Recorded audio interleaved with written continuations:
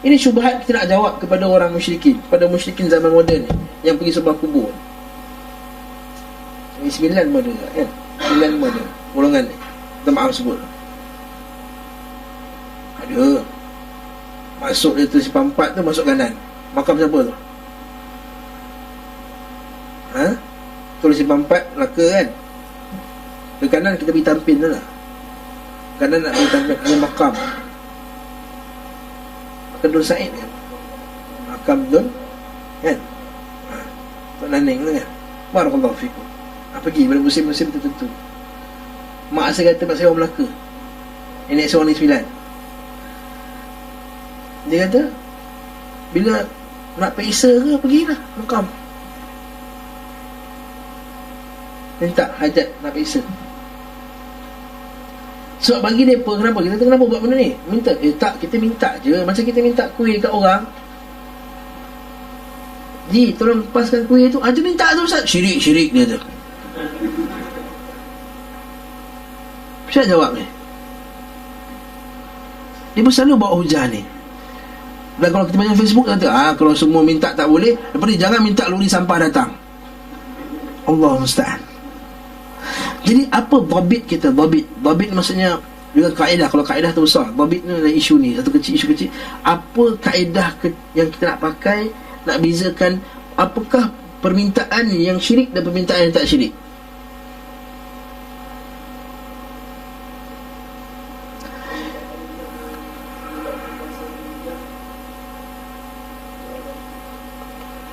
Contoh,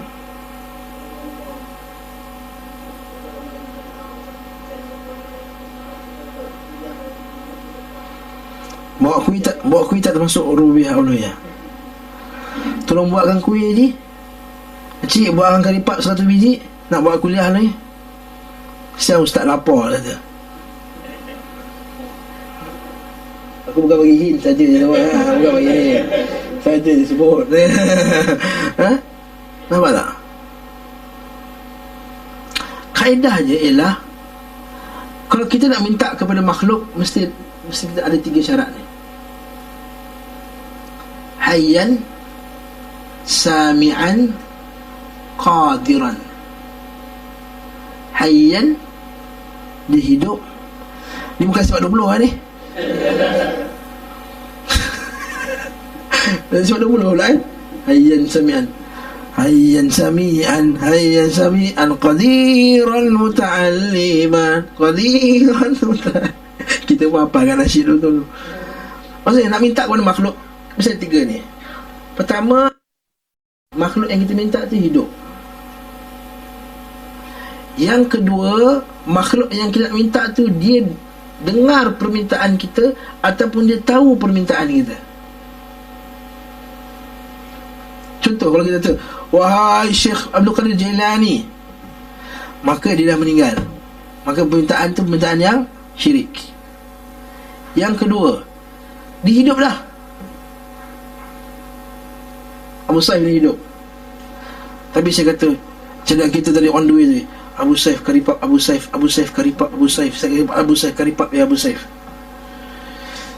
kurniakan aku karipap ya Abu Saif. Abu Saif dengar tak? Dengar. Tapi di i'tiqad ya Abu Saif boleh bagi, walaupun tak dengar direct macam ni, tapi di i'tiqad bahawa dia dengar, maka itu juga syirik. Lepas tu kita kata, kenapa, apa masalah kalau kita suruh nama, wahai Syekh Abdul Qadir Jailani, wahai Syekh, bantulah aku wahai Syekh. Kata, di mana saja kamu berada, serulah nama Syekh Abdul Qadir Jailani. Kita seolah-olah telah meletakkan sifat as-sami' Allah Ta'ala tu pada makhluk. Seolah-olah kita kata Syekh Abdul Qadir Jailani, di mana saja kita berada, dia boleh dengar permintaan kita. Bukankah itu hanya sifat Allah Ta'ala macam tu? As-sami'. Lihat kisah berkenaan dengan dalam surah yang berkenaan dengan zihar tu. Qad sami'a Allah al-mujadilah, ayat pertama tu. Qad sami'a Allahu qawla allati tujadiluka fi zawjiha wa tashtaki ila Allah wallahu yasma'u tahawurakuma. Allah Ta'ala kata dalam Quran, Qad sami'a Allah, telahlah Allah Ta'ala dengar qaulal lati tujadiluka fi zawjiha, seorang perempuan yang berdebat dengan kamu wahai Muhammad, atau mengadu kepada kamu tentang suaminya. Suaminya telah ziharkan dia. Zihar maksudnya apa? Telah haramkan dia, tak nak berzina, tak nak bersama dengannya. Allah Ta'ala mendengar perbualan mereka berdua. Kalau kita baca ayat ni, Allah Ta'ala memang dengar seorang punya pembicaraan. Apa yang spesialnya? Dia ada cerita sebalik ayat tu. Cerita dia, kisah tu bila berlaku, dia berlaku dalam rumah Nabi SAW. Rumah Nabi besar mana? Allahu Akbar. Rumah Nabi kecil.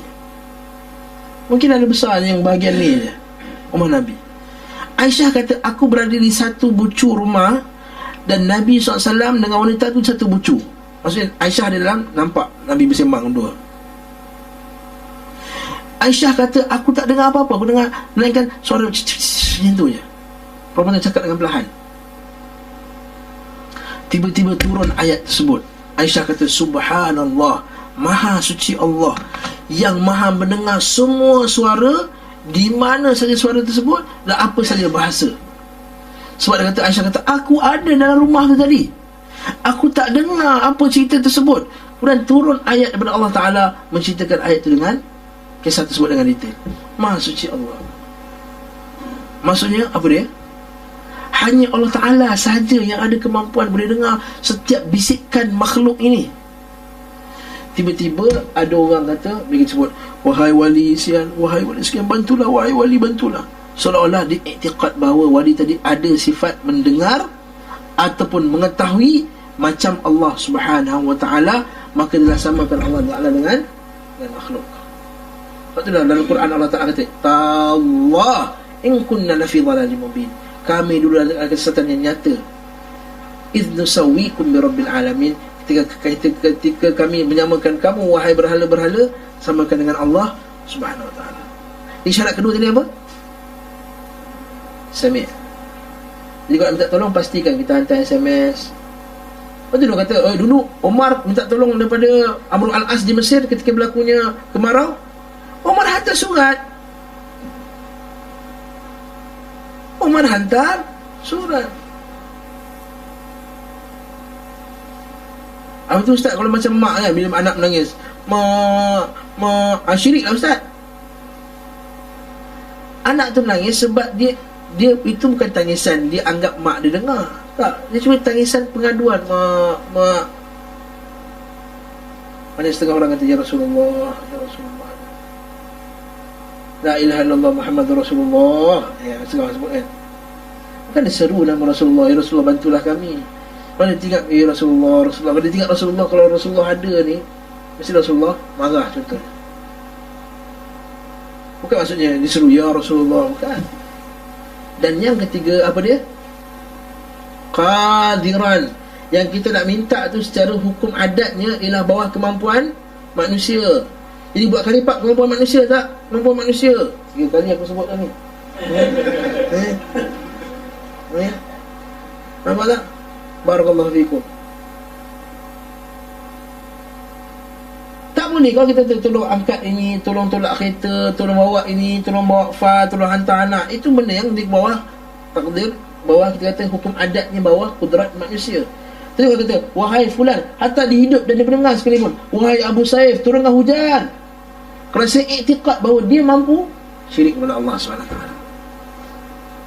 Ini yang berlaku pada Al-Arqam tu. Ini kisah dikhabarkan oleh sahabat saya lagi, Dr. Adib Samuri, tak kenal? Dia cerita sini macam mana masa dia dulu Arqam, dia anak angkat Abuya. Dia anak angkat pada Abuya. Tuan-tuan pergi jumpa dia, ada kat UKM tu. Kan kat UK dia. UKM dah balik dah. Kami duduk sebilik masa kami bidang roh kat Mekah. Dia cerita macam mana dia bawa kereta, bukan dia lah, kawan ada pengikut Arqam lah, lambat flight lambat. Dia kata, Abuya tolonglah Abuya, Abuya bantulah Abuya, Abuya bantulah Abuya, bantulah Abuya. Nampak? Abuya masa tu hidup tapi tak mendengar permintaannya. Yang ketiga, dia minta apa? Supaya minta flight tu delay kan. Kalau telefon menteri pengangkutan, menteri tolong delaykan flight, itu syirik tak? Tak, sebab memang menteri tu mampu, dia boleh. Tapi dia etikad bahawa Syekh tu ada kemampuan untuk kontrol alam ni supaya flight tu delay. Dan flight tu memang terlambat disempat. Tengok. Tengok, nampak tak? Kesan menyebut nama Buya. Sebab tu bila dalam masalah ni itu yang kita kata pakai tangkal tu syirik tu. Sebab kita letakkan pada tangkal itu kudrat yang tak patut sebenarnya bagi kepada tangkal tersebut. Orang tak faham, kata kita orang pakai saja, usaha yang buat Allah dengan sedih orang. Barakallahu fiik. Ini adalah contoh doa. Jadi dhabit, kita kata dhabit, cara kaedah nak mengikat isu ni, kalau kita macam mana nak bezakan permintaan yang syirik tak syirik adalah hidup, dengar dan mampu. Mana Ustaz dapat benda ni Ustaz? Al-Imam Nawawi rahimahullahu ta'ala dalam syarah dia dalam kitab An-Nawawi, hadis 40 Imam Nawawi yang dia sendiri buat dan dia syarahkan sendiri dalam bab idza sta'anta fasta'in billah. Bila kamu minta pertolongan, mintalah pertolongan dengan Allah. Kata Al-Imam Nawawi rahimahullah, maka siapa yang mohon pertolongan kepada selain daripada Allah dan perkara yang hanya hukum adat, hanya Allah Ta'ala saja yang mampu, maka telah buat syirik kepada Allah Subhanahu Wa Ta'ala. Al-Imam Syaukani rahimahullah dalam kitab Nahlul Awtar juga disebut, dia kata sekarang ini banyak orang yang jahil terhadap agama ini telah melakukan perbuatan yang telah dilakukan oleh musyrikin pada berhala mereka dahulu, iaitu mereka memohon kepada berhala-berhala ini perkara yang sepatutnya mereka hanya mohon kepada Allah Subhanahu Wa Ta'ala, seperti dapat anak, seperti dapat syurga, seperti dapat bersama Rasulullah. Tidak dilakukan oleh perbuatan dilakukan oleh siapa tu, Tarikat Naqsyabandiyah tu, Hisham Kabbani bersama dengan Habib Syekh yang yang Yahanana tu dekat kubur Habib Noh, kan kata ya maulaya ya sayyidi ji'na min makanin ba'id, wahai Syekh fulan, kami datang daripada jauh, wa ma'ana hadal Habib Syekh, dan bersama kami ada Habib Syekh ini, ya sayyidi maulaya, wahai tuanku, jadikanlah kami bersama kamu di akhirat kelak dan bersama dengan Rasulullah sallallahu alaihi wasallam. Maksudnya dia anggap bahawa Syekh itu boleh jadikan kita ni duduk bersama Rasulullah akhirat kelak. Sedangkan Nabi SAW pun dia tak boleh confirmkan melainkan siapa yang telah dikonfirmkan oleh Allah SWT saja. Apa dalilnya Ustaz? Dalil bila datang seorang sahabat, Rabi'ah nama dia, ataupun nama lain dalam Bulughul Maram disebut, dalam bab galakkan melakukan solat sunat yang banyak. Kan dia kata, ya Rasul tanya kat dia, mintalah aku sesuatu yang aku boleh bagi hadiah kat engkau. Sebab dia dah banyak berkhidmat kepada Nabi SAW. Dia kata apa? Ya Rasulullah, aku tak nak apa-apa ya Rasulullah, aku hanya nak bersama kamu di akhirat kelak. Nabi kata apa? Kau tak ada permintaan lain, ini je permintaan kamu. Ya Rasulullah, ini je permintaanku. Apa jawab Nabi SAW? A'inni ala nafsika bikathrati sujud. Bantulah aku untuk realisasikan, untuk dapat kau punya hajat ini dengan banyakkan sujud kepada Allah Subhanahu Wa Ta'ala. Nabi tak kata, okey, kau akan bersama aku akhirat kelak. Tak. Sebab Nabi sendiri tahu, bukan di tangan dia nak letakkan bersama dia dengan bersama fulan dan fulan. Tak. Itu kuasa Allah Subhanahu Wa Ta'ala. Lepas tu dia kata, a'inni ala nafsik, bantu aku untuk dapat kau punya hajat ni dengan kau banyakkan solat. Maksudnya kena minta kat siapa juga akhirnya? Minta kepada Allah Subhanahu Wa Ta'ala. Orang ni tak faham. Kata kita pelik, kata saya Rasulullah, saya Rasulullah, saya Rasulullah, dia sendiri yang langgar hadis Nabi SAW. Nak dapat bersama Rasulullah bukan pergi kubur, nak sama Rasulullah banyakkan solat sunat. Itu para sahabat faham masalah ni. Atau Abu Bakar As-Siddiq, idza ja'ahu amrun kharra ila salah. Umar Al-Khattab, Abu Hurairah radhiyallahu anhu, bila datang satu urusan dia akan solat, dia akan solat. Atas alasan inilah Abu Hurairah dia buat solat setiap kali nak masukkan hadis Nabi SAW. Bukan sebab solat sunat masukkan hadis. Yang puan dia kata nampak Abu Hurairah buat bid'ah, Imam Bukhari buat bid'ah, setiap kali nak masukkan hadis dia solat 2 rakaat. Oh ya haula wala quwwata illa billah. Dia buat istikharah, dia buat solat untuk minta bantuan daripada Allah Ta'ala agar beri hidayah petunjuk kepada dia masukkan hadis tersebut. Bukan buat solat sunat qabliyah masukkan hadis. Nampak buat-buat ni, dia nak confusekan orang, nak kata boleh buat bid'ah tu, dia bagi hadiah-hadiah tersebut.